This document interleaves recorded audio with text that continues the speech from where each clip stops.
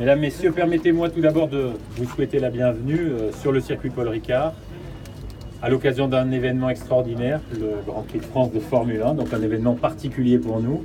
Et à événement particulier, on tenait à faire des choses particulières et c'est l'occasion de se retrouver aujourd'hui pour l'inauguration de cette station hydrogène.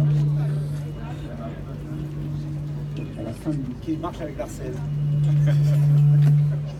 On va en couper un, voilà. Alors je tenais tout d'abord évidemment à remercier ceux sans qui cette opération n'aurait pu avoir lieu. Je pense d'abord à Renaud Muselier, le président de la région Sud Provence-Alpes-Côte d'Azur, à Christian Estrosi, le président délégué, mais également le président de ce Grand Prix de France de Formule 1. Je pense à tous les partenaires de ce programme, en particulier Jacques Bianchi, le président de la Chambre de commerce et d'industrie.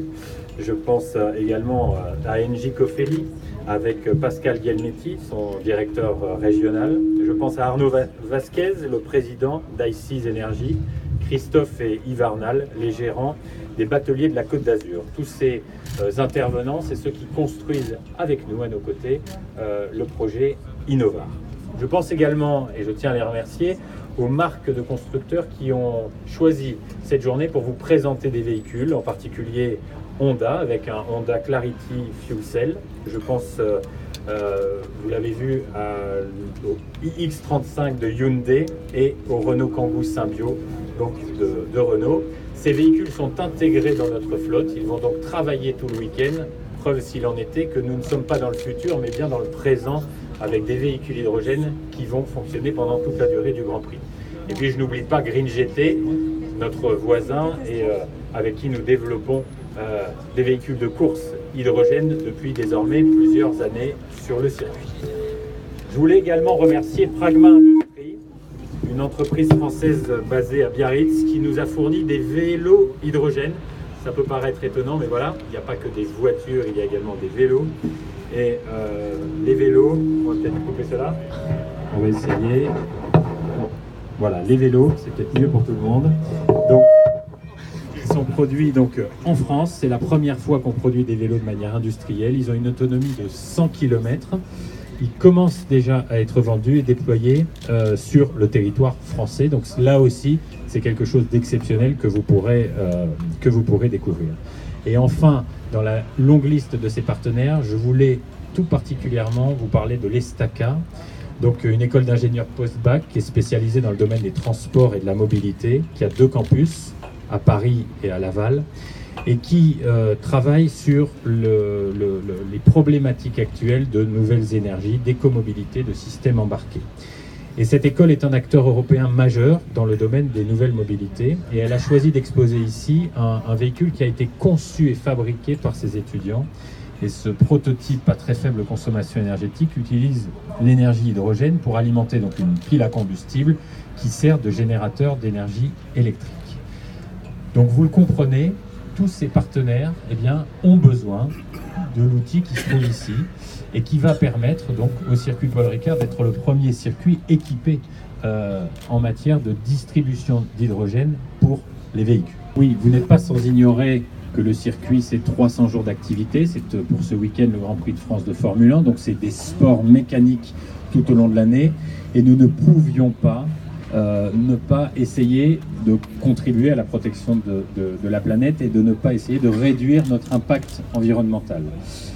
Et donc pour réduire cet impact environnemental, nous avons développé un certain nombre d'actions.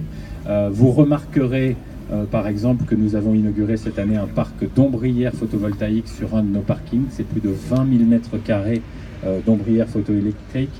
Nous développons un programme d'apivigilance. Nous avons chargé des abeilles à travers plusieurs ruches implantées à la fois sur l'ensemble du plateau mais dans notre enceinte, de mesurer la qualité de l'air et le taux de pollution que nous pourrions avoir.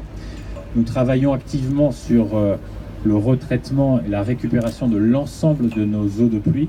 En arrivant, vous avez aperçu un petit lac à l'entrée du circuit. C'est là où toutes les eaux de pluie sont récupérées et elles nous permettent ensuite d'alimenter l'ensemble des réseaux d'arrosage d'espaces verts, mais également l'arrosage de la piste, puisqu'il faut savoir que notre piste dispose d'un système automatique d'arrosage. Nous avons également créé un certain nombre d'activités sportives dites douces. Je pense à l'événement vélo, événement de course par équipe qui aura lieu le week-end prochain sur le circuit, 24 heures en relais en vélo. Nous avons également la Spartan Race. Et puis tous les mois, nous ouvrons le circuit aux cyclistes et aux runners qui peuvent venir s'entraîner. L'idée, c'est de dire qu'il n'y a pas ici que des sports mécaniques dont on peut parfois penser qu'ils sont polluants. Non, il y a également des activités douces. Et je terminerai en disant qu'on a essayé également de se rapprocher de nos riverains à travers la création d'un comité consultatif environnemental qui se réunit une fois par trimestre et qui permet de dialoguer avec nos riverains, de leur présenter l'ensemble de nos actions, de les écouter et d'essayer ensemble de trouver des solutions pour que le circuit Paul Ricard, qui a toujours été en avance sur son époque, le soit également en matière de développement durable. C'est pour cela que je suis particulièrement fier aujourd'hui que tous ensemble, nous découvrions cette magnifique borne hydrogène qui place le circuit dans, non pas le 21e, mais déjà le 22e siècle. Merci à tous. Merci Stéphane Clerc. Je passe la parole à Pascal Gimietti, directeur régional de NG Cofidis. Monsieur le Président de la région Sud Provence-Alpes-Côte d'Azur, Monsieur le Président du Grand Prix de France, Monsieur le Président de la CCI, Monsieur le Directeur du site de Castellet, Mesdames et Messieurs, alors c'est toujours un grand plaisir d'inaugurer une installation pour le groupe NG et avec l'ensemble de ses acteurs. C'est d'autant plus du plaisir parce qu'on est très clairement inscrit dans la politique de développement du groupe. Le groupe NG s'est inscrit délibérément dans un développement harmonieux